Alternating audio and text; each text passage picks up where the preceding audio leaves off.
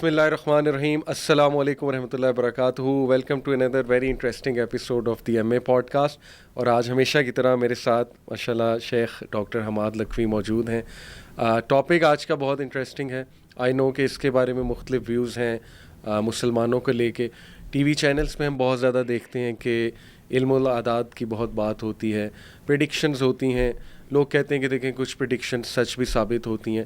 تو لوگوں کے بڑے سوالات ہیں کہ یہ کچھ علم تو ہے, کیونکہ تھرو آؤٹ ہسٹری بھی نظر آ رہا ہے کہ بادشاہ لوگ جو تھے اپنے دربار میں ایسے وزراء کو رکھتے تھے جو نیومرولوجی کا علم رکھتے ہیں یا ایسٹرالوجی کا.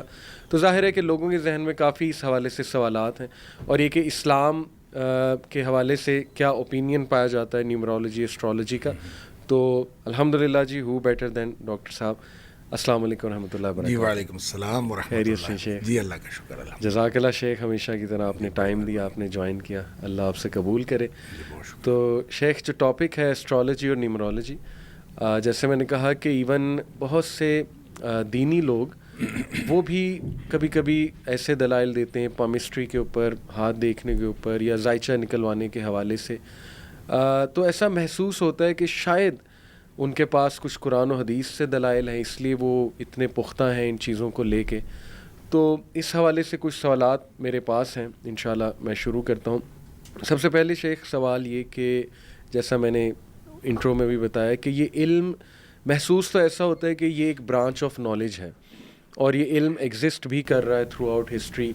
مختلف قومیں, مائنز کی بات کر لیں, ایزٹیکس کی بات کر لیں, ایجپشینس کی بات کر لیں, تو بہت زیادہ ان میں نیومرولوجی ایسٹرالوجی کا ایک وہ نظر آتا ہے رجحان, اور علم الاعداد کا علم.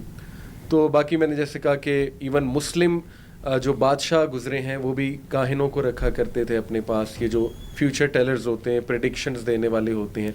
آج کل بھی ہم دیکھتے ہیں کہ میچز کی پریڈکشن ہو رہی ہیں, پولیٹیشینس کے کیریئرز کی پریڈکشنز ہو رہی ہیں, اور کچھ سچ بھی ثابت ہو جاتی ہیں. تو یہ سب شیخ کیا ہے, مطلب is it a branch of knowledge, یہ علم الاعداد کی جو فیلڈ ہے؟ بسم اللہ الرحمن الرحیم. دیکھیں, جب ہم علم کی بات کرتے ہیں تو علم کی دو میں سے کوئی ایک بنیاد ہونی چاہیے, پھر اس کو ہم علم کہہ سکتے ہیں.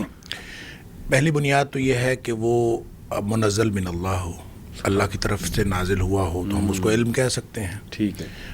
یا پھر دوسرا یہ ہے کہ ایک اور برانچ آف نالج یا بیس آف نالج ہے, وہ ہے سائنس. تو سائنٹیفکلی پروون ہو.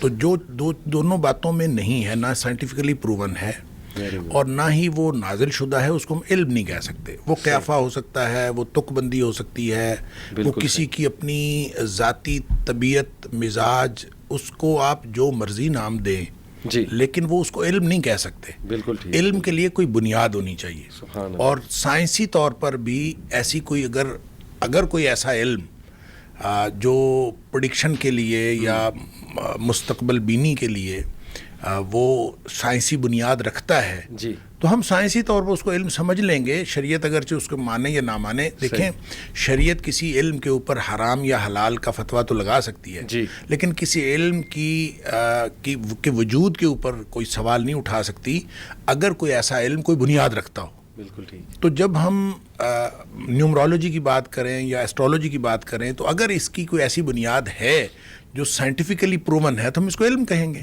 صحیح. اور اگر سائنٹیفکلی پروون نہیں ہے تو علم نہیں ہے. Simple is that.